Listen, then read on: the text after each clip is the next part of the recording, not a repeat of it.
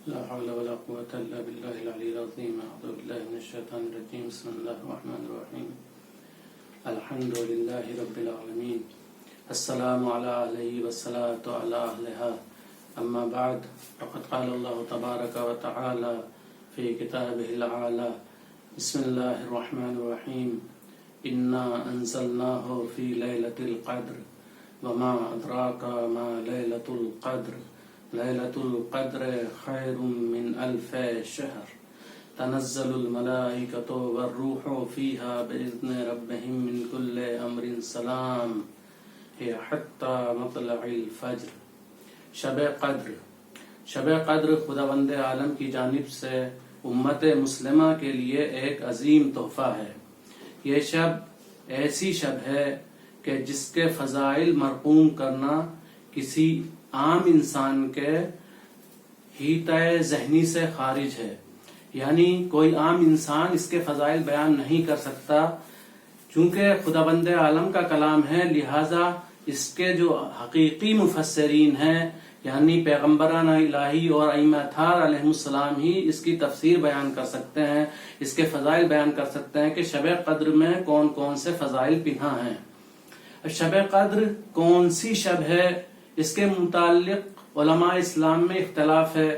بعض کہتے ہیں کہ شب برات والی رات شب قدر کہلاتی ہے. بعض کہتے ہیں ماہ رمضان المبارک کا 18واں دن گزر جانے کے بعد جو 19ویں شب آتی ہے وہ شب قدر ہے.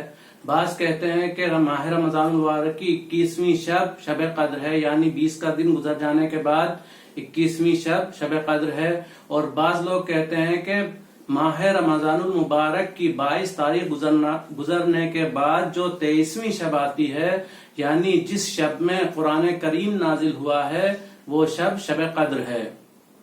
تو جب اقوال مختلف ہو گئے تو اس لیے لوگوں نے، علماء اسلام نے اس بات پر اجماع کیا کہ کیوں نہ ان تمام راتوں میں شب بیداری کی جائے تاکہ اس کے فضائل کو درک کیا جا سکے، شب قدر کے فضائل کو درک کر سکیں. لہذا علماء اسلام کا حکم ہے کہ آپ رمضان المبارک کی 19ویں شب میں بھی شب بیداری کیجئے اور 21ویں شب میں بھی اور 23ویں شب میں بھی. نہ معلوم کون سی شب قدر ہو، حقیقی شب قدر ہو. تو بعض لوگوں نے دوسرے نظریات بھی ایجاد کیے ہیں اس میں کہ ایک شب تقدیر ہے، ایک شب کتابت ہے، ایک شب تفویض ہے، وغیرہ وغیرہ. اس میں احتمالات ہیں، لیکن یہ مسلم ہے کہ ان تینوں راتوں میں سے ایک شب قدر کہلاتی ہے. تو اس شب میں کیا کیا فضائل ہیں، اس کے فضائل ہم جیسا انسان یا کوئی عام انسان بیان نہیں کر سکتا. یہ فضائل صرف ائمہ اطہار علیہ السلام یا انبیاء الہی ہی بیان کر سکتے ہیں.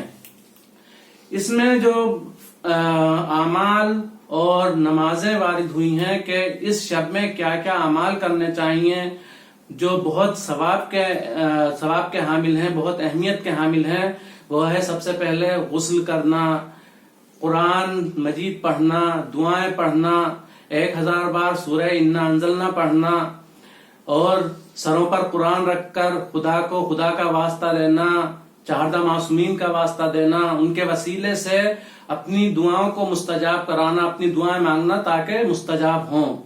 انہی شبوں میں سے ایک شب 21ویں اور 19ویں شب ہے.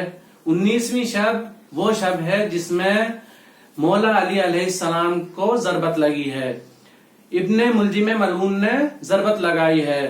ابن ملجم کون تھا؟ حق کے پیش نظر ابن ملجم مولا علی کے چاہنے والوں میں شمار ہوتا تھا، عاشقوں میں شمار ہوتا تھا کہ مولا کو بہت زیادہ چاہتا تھا، چاہنے والوں میں ہوتا تھا، لیکن اس کی عاقبت بخیر نہ ہو سکی. لہذا صرف اسی پر غرور کرنا کہ ہم مولا کے چاہنے والے ہیں، بخش دیے جائیں گے، قرین عقل نہیں ہے.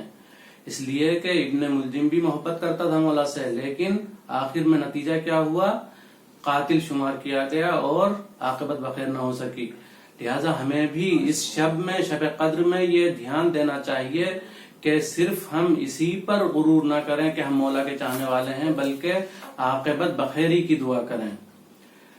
اسی طرح ان شبوں میں، شبہ قدر میں جو زیادہ تر تاکید کی گئی ہے وہ دعائے جوشن کبیر اور جوشن صغیر کی ہے۔ دعائے جوشن صغیر، جوشن کا مطلب ہوتا ہے سپر، ڈھال، یعنی جہنم سے ڈھال ہماری۔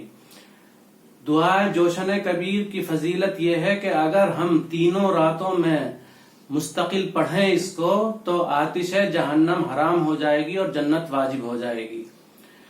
اس دعا میں 100 بند ہیں، ہر بند کے بعد سبحانک یا لا الہ الا انت الغوث الغوث خلصنا من النار یا رب کہنا ضروری ہے۔ اس سے جو ہے خداوند عالم کی رحمت کو جوش آتا ہے اور خداوند عالم دعاؤں کو مستجاب کرتا ہے۔ اور یہ دعا صرف ماہ رمضان المبارک سے ہی مخصوص نہیں ہے بلکہ کبھی بھی پڑھی جا سکتی ہے۔ اس کے 100 بند الگ الگ بیماریوں کا علاج ہیں، مثلا درد سر، جوڑوں کا درد، بخار، عزت، دولت، شہرت، خداوند عالم کی پناہ میں جانا، شیطان سے پناہ حاصل کرنا، یہ تمام چیزیں الگ الگ بند ہیں جو ہم استفادہ کر سکتے ہیں۔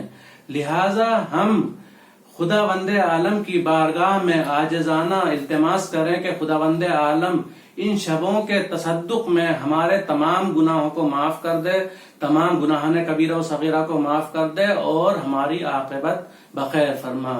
وآخر دعوانا الحمد للہ۔ اللہم صل علی محمد و